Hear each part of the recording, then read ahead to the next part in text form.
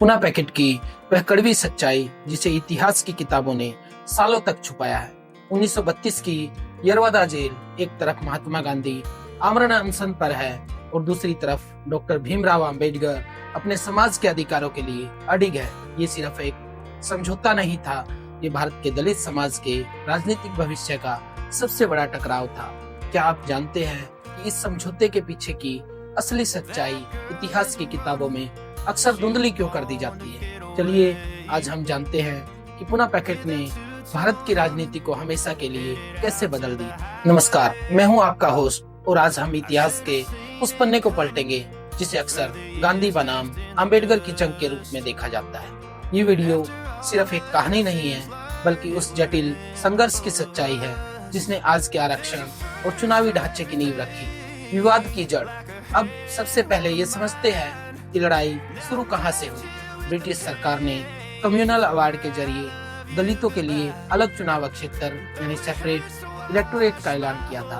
अंबेडकर का मानना था कि दलितों को अपनी राजनीति खुद तय करने का हक होना चाहिए, लेकिन गांधी जी को डर था कि इससे हिंदू समाज हमेशा के लिए टूट जाएगा। अब यहाँ से कहानी में एक ऐसा मोड़ आता है जो बहुत कम लोग जानते हैं। गांधी जी ने यरवदा जेल में आमरण अनशन शुरू कर दिया। पूरा देश दबाव में था। अंबेडकर एक तरफ फंस गए थे, एक तरफ उनके समुदाय के राजनीतिक अधिकार थे और दूसरी तरफ देश के सबसे बड़े नेता की जान। ये वो पल था जहां अंबेडकर को एक बहुत कठिन समझौता करना पड़ा।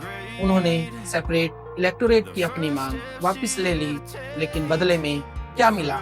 पुनः पैकेट में दलितों के लिए सीटें तो आरक्षित की गई, लेकिन वो जॉइंट इलेक्टोरेट के जरिए यानी दलित उम्मीदवार तो दलित होगा, लेकिन उसे वोट सवर्ण भी देंगे। यहीं से असली बहस शुरू होती है।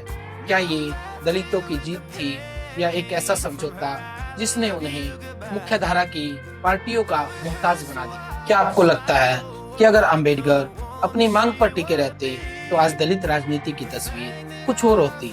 अपनी राय कमेंट्स में जरूर बताएं।